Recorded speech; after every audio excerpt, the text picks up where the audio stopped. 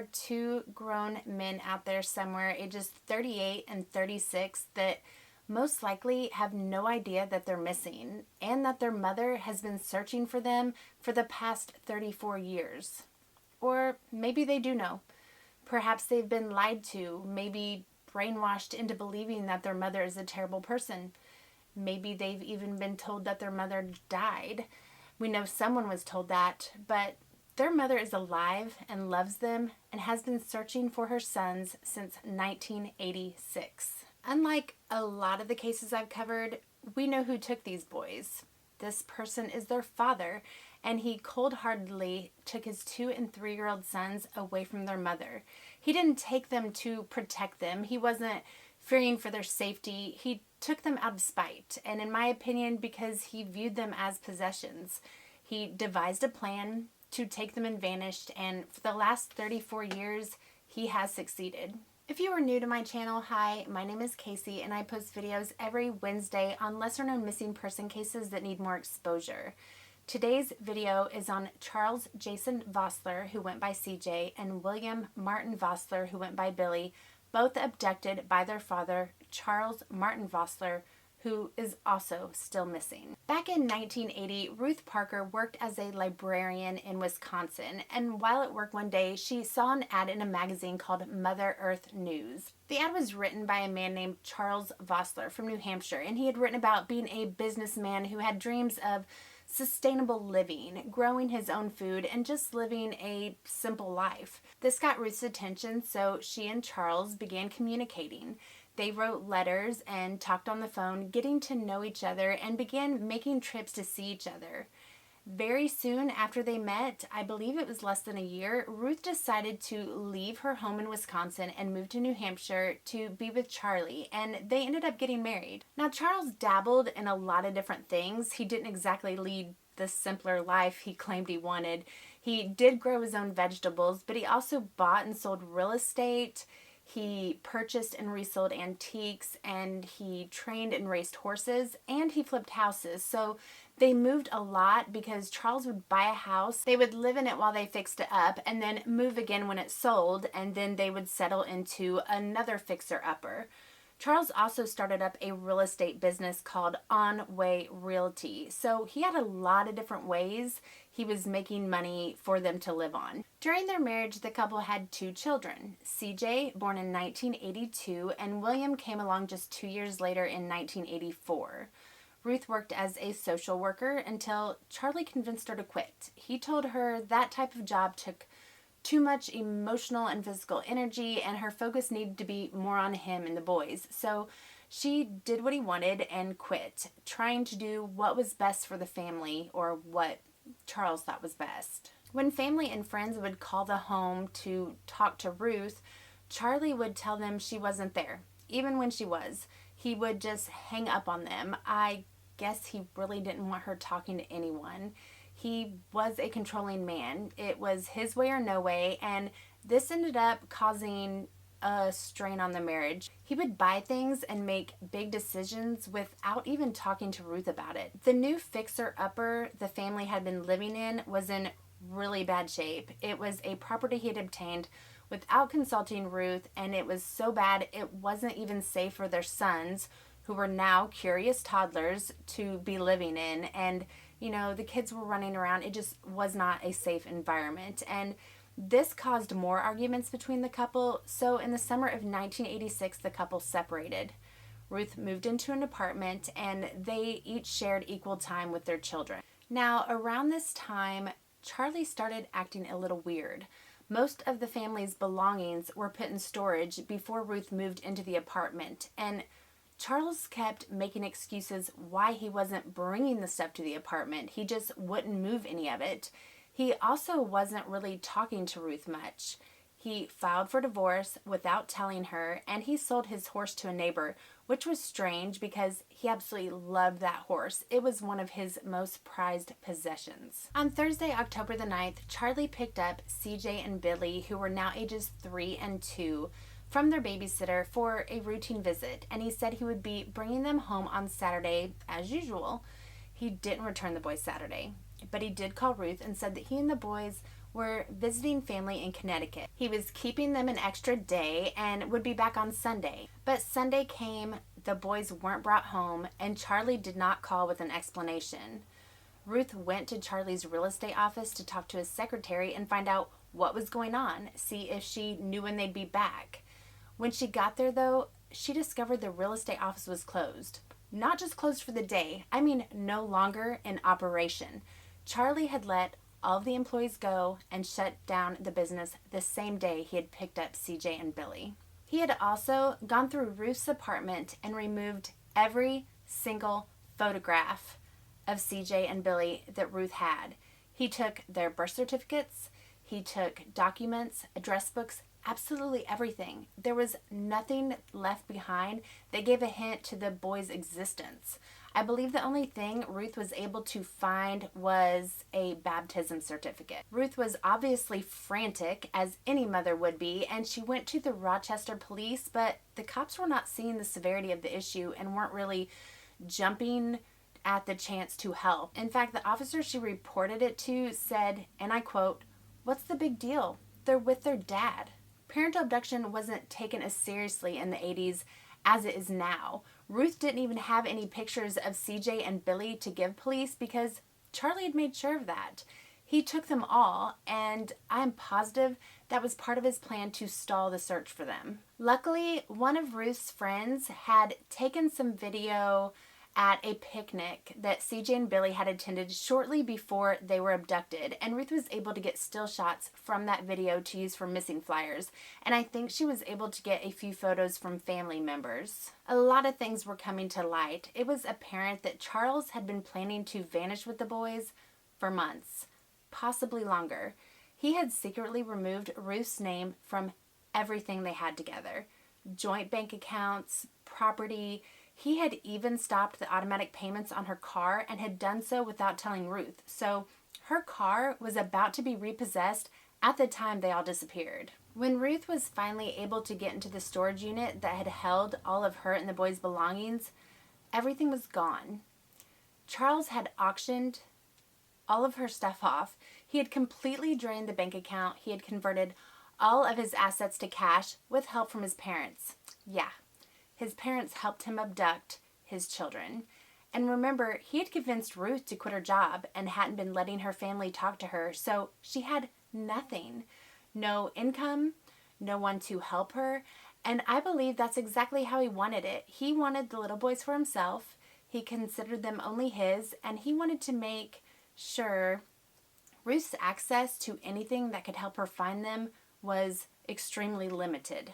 Charles' parents had helped him out with the entire scheme, so they weren't about to help her out either, and I'm pretty sure they were ignoring all of Ruth's pleas. It took until February of 1987, 4 months after the abduction, for New Hampshire to file 2 felony charges for interference of custody against Charles, and it took 7 months for the FBI to get involved and for them to really start looking. They also issued a federal warrant for unlawful flight to avoid prosecution. Anonymous tips and multiple sightings did come in from 9 different states: Maine, Rhode Island, New Hampshire, Pennsylvania, New Jersey, Vermont, North Carolina, South Carolina, and Florida. But they just couldn't seem to catch Charles. He was always on the move, and he had plenty of money to keep going from place to place undetected. It was known that he was sticking to rural areas. He was not sending the boys to school. He was living as a survivalist, and he was armed at all times. In 1987, Ruth's father, who had been diagnosed with terminal cancer and did not have much time left, made a plea to Charles through the news media to have CJ and Billy contact him. He wanted to speak to his grandsons and know they were okay before he passed away. This request went unanswered, and he died never knowing what happened to them. In 1988, a woman in Stillwell, Oklahoma called police saying she had seen the missing flyer for the boys and immediately recognized them. She happened to be dating their father, Charles, but he and the boys were going by different names. Charles had told the woman that the boy's mother had died in a terrible accident and that she should never bring up their mother around them. Ruth was notified that her sons had been located and that she should be prepared to pick up her boys within 24 hours. Can you imagine how excited and hopeful Ruth was at the thought of getting her babies back after being without them for 2 years? Well, her hopes and excitement would be obliterated. When the FBI got to Stillwell, Oklahoma, the home that Charles and the boys had been living in had been burned to the ground, along with one of Charles' vehicles. So any type of evidence or anything that could have given some type of information as to where they had been or where they were headed or what Charles' plans were had been completely destroyed. And Charles, CJ, and Billy had once again vanished. Someone had apparently tipped Charles off by placing a note inside his post office box, warning him that the FBI knew where he was and that they were coming. I don't know who left the note, but I'm assuming this person was probably someone Charles had befriended and told lies to. This person had probably been told by Charles that CJ and Billy's mother was a horrible person. Maybe they were told that she was a danger to CJ and Billy. Who knows what they were told exactly, but they probably thought they were doing a good thing and helping to keep the boys safe. Whatever the reason, they succeeded in helping him once again escape with Ruth's children. I did read an article that said Charles was known to have been in Oklahoma as recently as December of 2006, but that was it. There weren't any other details, so I'm not sure about that one. Not sure if that is a confirmed sighting, but wanted to mention it. And there have been no signs of him or his sons since then. At the time of the abduction in 1986, CJ was 3 years old. He had blonde hair and blue eyes, stood 3 feet 4 inches tall, weighed 40 pounds, and he loved animals. He would be 38 years old today. Billy was 2 years old with brown hair and blue eyes. He stood 3 feet tall and weighed 36 pounds. He loved cars and trucks and anything with wheels. He would now be 36. I could not find anything stating what names Charles may have been having CJ and Billy use, but I highly doubt they're going by their birth names. Like I said in the beginning of this video, they may not even know they're missing. There are multiple age-progressed photos of both boys, so please take a good look at them. Charles Vosseler has used so many different aliases, including Charles Foster, Charlie Wilson, Charles Malcolm Amadon, Charles M. Vosseler, Charles M. Wilson, Charles Wilson, Charles M. Amadon, and Charles M. Vosseler Jr. His date of birth is March 6th, 1942, but he has been known to use March 6th, 1943, and February 6th, 1944 as alternate birth dates. He has blue eyes and brown hair, though it could be gray now. He is 6'1" and weighs 225 pounds. There are age-progressed photos of Charles as well. He is somewhat of a hypochondriac. He has nystagmus, which is an eye condition in which a person's eyes move uncontrollably from side to side. He tilts his head to one side most of the time. He is a big fan of the Nightly Business Report, dabbles in the stock market, and reads the Wall Street Journal regularly. He has ties to Oklahoma, New Jersey, Pennsylvania, Connecticut, and Florida. He would now be 78. One of the things that really bothers me, the whole situation bothers me, but the fact that Charles' parents, Beth and Charles Sr., aided him in stealing his children, that burns me up. They were parents themselves. How could they do that? I'm sure they were lied to, probably told horrible things about Ruth, which convinced them to go along with their son, but both died without ever telling Ruth where her sons were. Beth died in 2010 and Charles Sr. died in 2014. They kept their lips sealed all those years, and I believe they knew where Charles was with the boys. I really do. Yeah, they knew. I don't know if they were questioned by police. Surely they were, but I couldn't find anything about that. If they did speak to law enforcement, they obviously didn't give any useful info. I will give the benefit of the doubt and say maybe they helped him get away, but didn't know where he went after that. I don't really believe that though. Charles had actually been married twice before he married Ruth, and after divorcing his first wife, he had told her that she was lucky they didn't have children because he would have taken them from her. Investigators have come to believe that Charles used Ruth to have children because she had a good background and was highly intelligent, but that he had always planned on taking the boys away and keeping them for himself. I think he intentionally took them away while they were still young and impressionable enough to forget their mom and the life they had before. And my own personal theory is that these boys have lived a minimalist and survivalist lifestyle with their father, possibly completely off-grid. I don't believe they attended public school. He probably homeschooled them.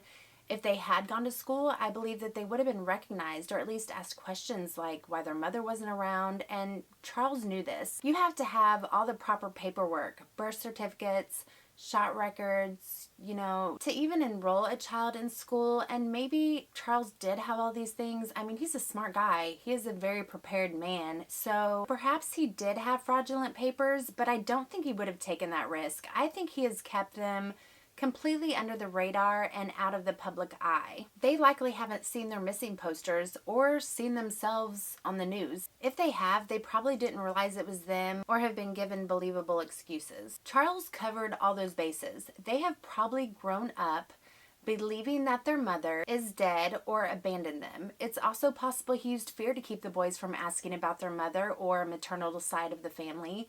Who knows at this point what they've been told and taught? Poor Ruth.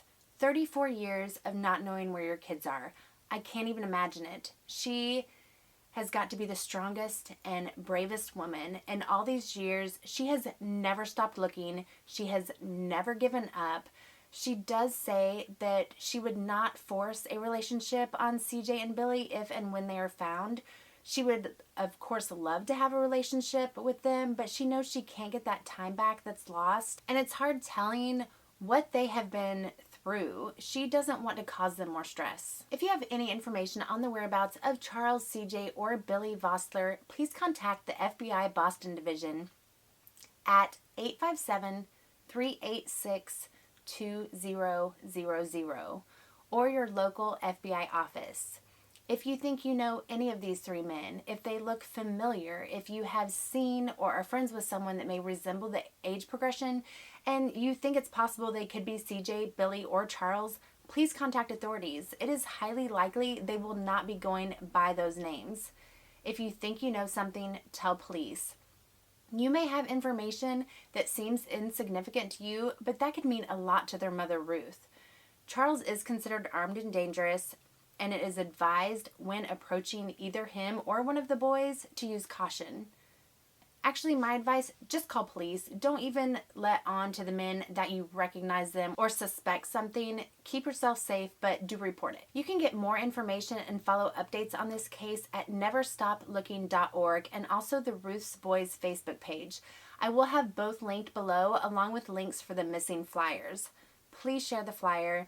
Please share this video if you think it will help. These boys, well, they're men now, but they deserve to know the truth, and Ruth deserves to know her boys are okay. Charles had no right to keep them from their mother, who loved them so much. Thank you all so much for being here and helping me get these lesser known cases out there. Please give this video a thumbs up and hit that subscribe button if you haven't already.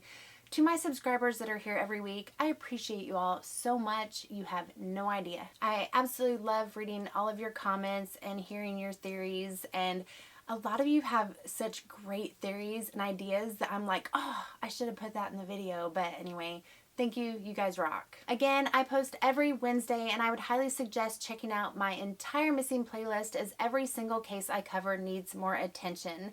Until next week, bye guys.